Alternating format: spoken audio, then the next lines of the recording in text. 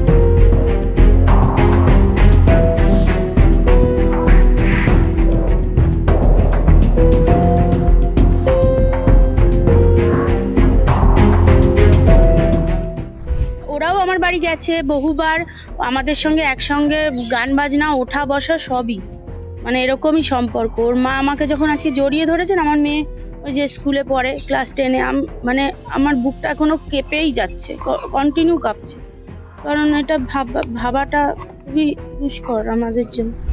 বাড়িতে কি আছে? মা আছে, দিদা আছে, ঠাকুমা আছে, এই হচ্ছে বাড়ির লোক। বিয়ে থা করেনি? না না, এই তো বললাম যে কমাস হলো, বাবা মারা গেছে ক্যান্সার। 8 মাস হলো। রোজগার করতো না, উনি ওই ও নাচের প্রোগ্রামেই বাইরে যেত। আচ্ছা, ওর সঙ্গে আরো বন্ধু বান্ধব থাকতো, নাচের প্রোগ্রামেই যেত বাইরে। আচ্ছা, তারপরে কি বলবো, ব্যাপারটা কোথায় কি হলো সেটা তো ডিটেলসে কিচ্ছু জানি না। মানে সব খবরটা এসে জাস্ট এই ঘটনাটা ঘটেছে এই হচ্ছে, আর কিছুই জানি না। এটা প্রচুর যেত, এখন এই বাবা মারা যাওয়ার পর যাওয়াটা কমিয়ে দিয়েছে, কারণ সেটা তো কিছুটা বাড়িতে একটা যদি কেউ না থাকে, ওর মায়ের মনে হয় এই এখনো 2 মাস হয়নি ওর মায়ের গলস্টোন অপারেশন হয়েছে। মানে বাড়িতে একটা বিরাট চলছে। ঘটনাটা হচ্ছে এরা তো কালকে এখান থেকে বেরিয়েছে, এবার আমি সেটা জানতাম না যে কালকেই বেরিয়েছি, কেন ওর মেয়ে একদিন যদি বাড়ি থেকে বেরোয় মোটামুটি ফিরতে 15 দিন 20 দিন হয়ে যায়। আচ্ছা, উনি কি করেন? নাচের প্রোগ্রাম করে, সব ওই বিহার ওই পাটনা এইসব দিকে ওদের সব দূরে দূরে সব যায়। ওই গাড়িতে ও ছিল, আরো 3 জন ছিল এখানকারই, যারা এখানকারই। হ্যাঁ, এই শঙ্করবাটি আমাদের লাইনের ওপার এই চারিদিকে এই দিকে ওই দিকেরই, মানে লোকালই আমাদের সব ছিল। তারা ওনার সঙ্গেই যায়? হ্যাঁ, ওদের সঙ্গেই যায়। এটা তো কখনোই সমর্থনযোগ্য নয়, এবং এটা কোনো মূল্যে তদন্ত করে দেখা উচিত, এবং দেখতে হবে যাতে যারা এই তাদেরকে নিশ্চিতভাবে কঠোর শাস্তি দিতে হবে এবং দৃষ্টান্তমূলক শাস্তি দিতে হবে, যাতে আগামী দিনে কেউ এই কাজ করার সাহস না রাখে। এবং নিরাপদ তারা পশ্চিমবঙ্গে। ফলে এই খারাপ ঘটনাগুলো থামাতে হবে। থামাতে গেলে আজকের এই নেট সোশ্যাল মিডিয়ার যুগে একটা দৃষ্টান্তমূলক এই ধরনের অসভ্যতা, যে একজন মহিলা বা কয়েকজন যাচ্ছেন, তাকে গাড়িতে চেস করে মদ্যপ অবস্থায় তাদের চেস করা এগুলো সমস্ত অন্য রাজ্যে সব ঘটনা, সব নানা রকম অভিযোগ আসে। কেন আমাদের এখানে হবে? এটা পুলিশের নিশ্চিতভাবে পুলিশ খুঁজছে, পুলিশ ধরবে এবং কড়া শাস্তি চাই।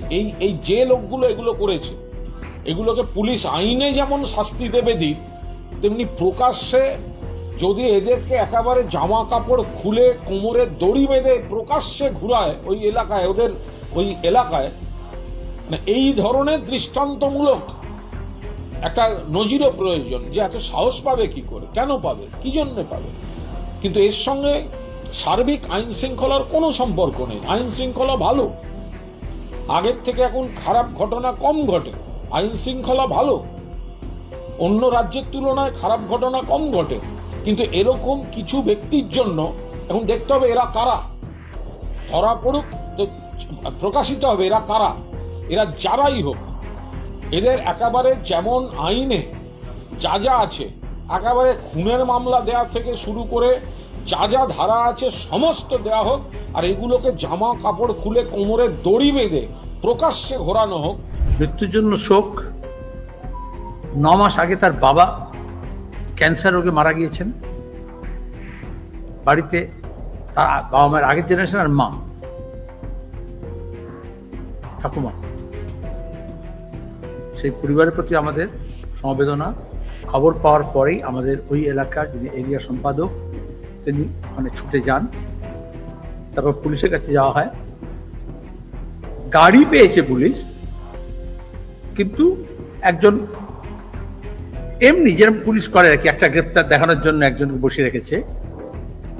আজকের দিনে যখন স্মার্ট ওই কার্ডের কথা বলা হচ্ছে, গাড়ির রেজিস্ট্রেশনের, গাড়ি পেলেই, নাম্বার পেলেই নাম, ঠিকানা, মালিক সব পাওয়া যায়। এইখানে হচ্ছে দুষ্কৃতি এবং পুলিশের যোগাযোগ। ইফটিজারদের জ্বালাতন পশ্চিমবঙ্গের সীমানায়, তখনও সীমানা পার হয়নি, গয়ার জন্য যাচ্ছিল, তেল ভরে বুদবুদের কাছে পেট্রোল পাম্প থেকে যে বেরিয়েছে, ইফটিজাররা তারা নারী নিরাপত্তা, আর্থিক কাণ্ডের পরে